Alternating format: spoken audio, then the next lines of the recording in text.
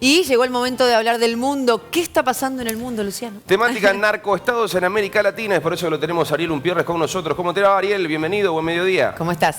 ¿Qué tal? Buenas tardes. Bueno, tema como para abordar y la verdad que escuchamos atentamente la temática.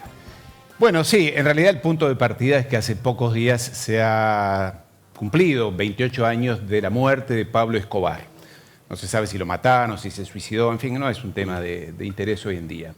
Lo que queda flotando en el aire cuando uno habla de narcos y de narcoestados es que permanentemente, usted lo habrá notado en los medios de comunicación, ya es algo habitual hablar de políticos corruptos, de narcoestados, o sea, países que viven del tráfico de drogas, que se benefician de tal manera del tráfico de drogas que sus gobiernos están enquistados con la mafia, con la droga. Entonces un partido se acusa al otro, un partido político, un gobernante acusa al otro, quieren destituir presidentes, ministros, diputados, y esto ocurre en toda América Latina. Esto es una constante en todo el continente.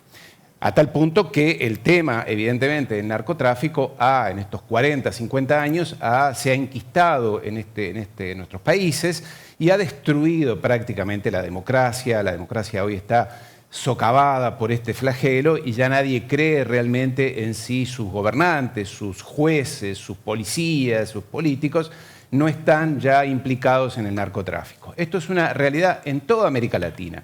A tal punto, y mire usted qué datos, de las 20 ciudades más peligrosas y más violentas del planeta, de las 20 ciudades, 13 son latinoamericanas. 5 son mexicanas, 4 son brasileras, 3 son venezolanas y hay una hondureña. De 20 ciudades, 13 son latinoamericanos.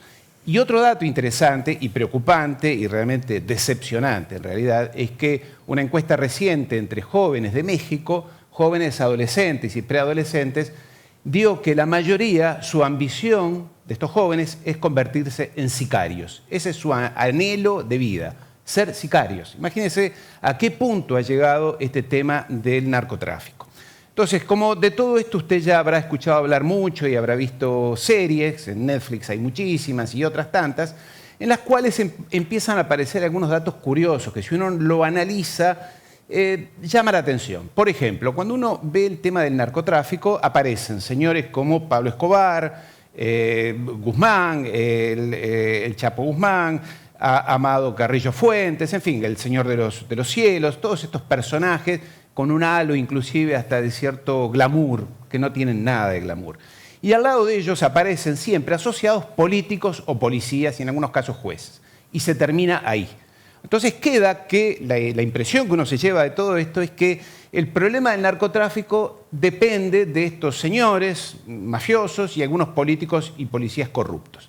En realidad, si uno analiza, y esto es algo que las agencias de inteligencia del mundo ya lo saben perfectamente, el problema no se limita ahí, no se queda ahí. Y en realidad ese es el eslabón menor de esta cadena de problemas que genera el narcotráfico. Porque evidentemente tanto el Chapo Guzmán como Pablo Escobar, como todos los capos mexicanos, colombianos, bolivianos, peruanos, argentinos, que a usted se le ocurra, en su gran mayoría son personas absolutamente ignorantes, con muy baja escolaridad, prácticamente analfabetos. El Chapo Guzmán apenas puede escribir su nombre, sumar 2 más 2, a veces le da 4, a veces le da 3.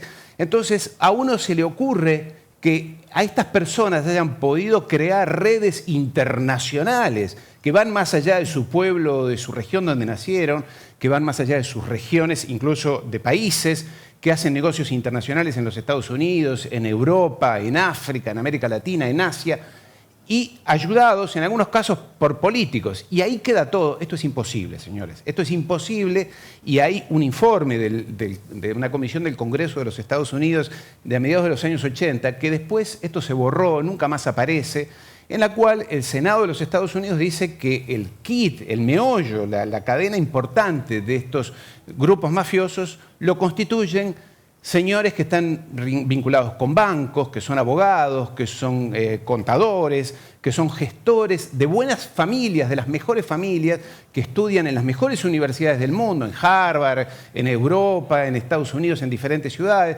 que van a los clubes más exclusivos, que pertenecen a una élite social completamente diferente, a la cual el Chapo Guzmán, Pablo Escobar, Amado Carrillo nunca hubieran llegado solos y nunca hubieran podido crear sus redes internacionales ellos solos. Y mire usted qué curioso, esto que el Congreso de los Estados Unidos decía hace 40 años atrás, ha desaparecido de los informes. Hoy queda que estos señores, por arte de magia, un Chapo Guzmán, como digo, movía miles de millones de dólares, contrataba y movía personas, productos, y esto cualquiera, si lo piensa perfectamente un instante, se da cuenta que es imposible que estos señores hayan hecho esto. Entonces, esto ha quedado oculto en el medio de lo que ha pasado en Latinoamérica, que la democracia, nuestras instituciones están absolutamente destruidas, ¿no? Ariel, ¿y por qué estos peces gordos, banqueros relacionados al mundo de las finanzas, no conocemos a casi nadie que haya tenido, aunque sea algún involucramiento o como quedar presos directamente en las mega causas por narcotráfico?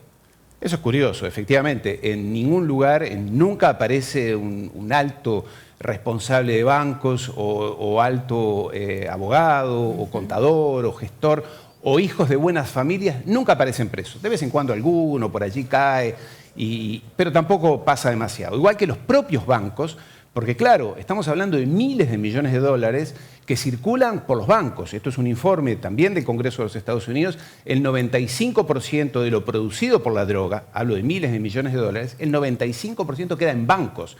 Entonces, algunos bancos de vez en cuando son sancionados por las administraciones de los Estados Unidos europeas, el HSBC, American Express, el Citibank, el Bank of America, en fin, todos los grandes bancos aparecen en algún momento comprometidos, pero nadie va preso. Al banco se le pone una multa porque hizo mal las cosas.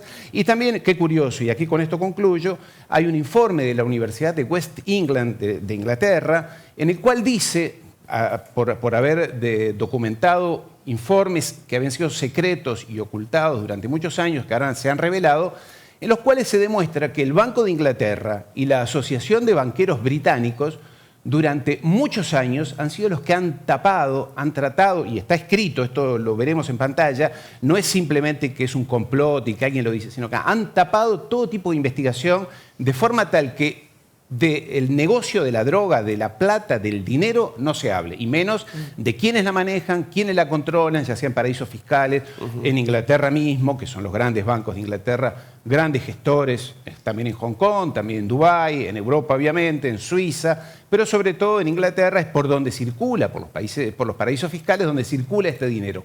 Y siempre caen los giles, porque en definitiva el Chapo Guzmán y Pablo Escobar, por terribles que sean y por capos que sean, en realidad eran el eslabón más débil de esta cadena que otros señores manejan, como hicieron en la época de la guerra del opio contra China, ya en 1840, 1850, que también les llevaron los ingleses, ¿no?